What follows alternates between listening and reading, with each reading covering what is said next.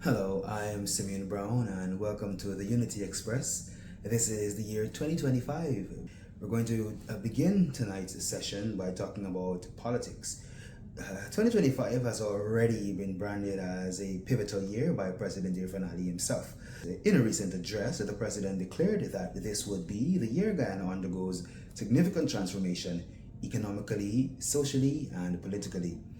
He mentioned pushing for stronger democratic frameworks while also emphasizing the need for economic reforms. However, it's also a year of elections, yeah?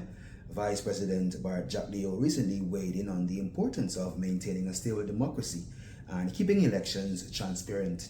But with the controversies over the last election cycle still fresh in the minds of many, will 2025 bring true political change? Or will we simply see the same political wrangling we've witnessed in previous years?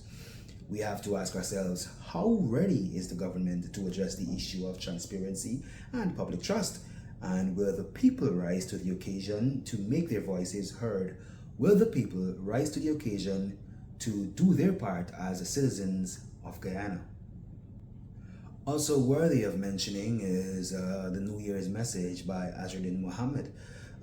The well-known businessman called for personal growth and unity among Guyanese. He emphasized that we must embrace our potential, both as individuals and as a collective nation, to thrive in 2025. Now, there's a lot to unpack about what Azruddin said. His words carry weight, especially when you consider that he has been active in aspects and facets of our country over the years that may be attributed, the action there, that being attributed to those who are running for office or who have a vested and more serious interest in what happens with our country and its people, especially as we consider Guyana's socio-political climate. This call for unity and self-growth is critical as we approach a year filled with challenges and opportunities. But what does that really mean? Does it simply serve as an uplifting call, or can it set the tone for political and economic discussions that lie ahead? The message also touched on issues of personal responsibility, but also implicitly critiques the lack of progress in certain sectors. So as we march forward in 2025, can we as a people rally behind this vision of growth? Or will we continue to face the same divisive issues that plagued the last year? Questions to ask, questions to look at, and I know you've got the answers, so think about them, leave them in the comment section, and the journey continues. Let's now turn to the economy. Guyana's oil boom continues to make headlines. The massive offshore oil projects, including ExxonMobil's recent expansion, positions Guyana as one of the world's future petrostates. The wealth generated from this oil will, of course, bring massive infrastructure development and investment into the country. But will it be enough to balance the inequality that still plagues so many citizens? The government has promised direct cash grants and free education for the youth, which are great initiatives, yes, but there is a lingering question. Are these short-term fixes enough? Or do we need long-term economic reforms to ensure that all Guyanese benefit equally from the newfound wealth? And let's not forget about our other economic sectors, yeah? Agriculture, tourism, and tech. Tech is one to consider and one to watch, especially in 2025. But yeah, as much as we're celebrating the oil, how can we diversify our economy so we're not left vulnerable should the global demand for oil take a downturn? Think about that.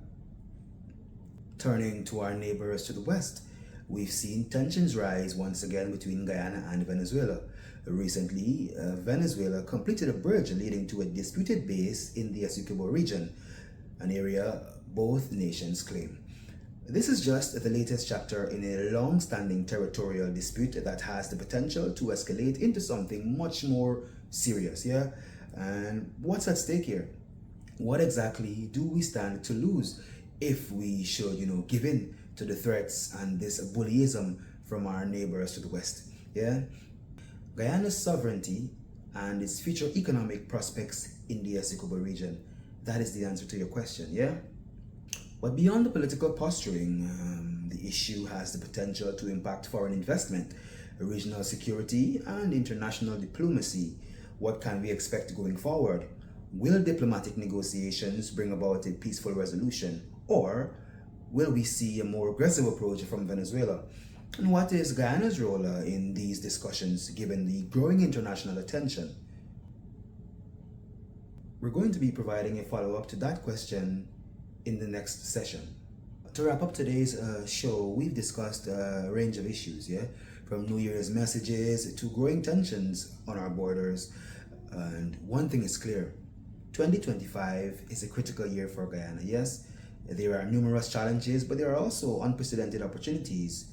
How we navigate these issues will determine our future. As we move forward, I think it is important that we stay informed, stay engaged and stay hopeful. Only through collective effort and critical thinking will we be able to face the obstacles ahead. I'm Simeon Browne for the Unity Express saying thank you. Stay safe, stay good. I'll talk to you in a bit, yeah? Have a nice one.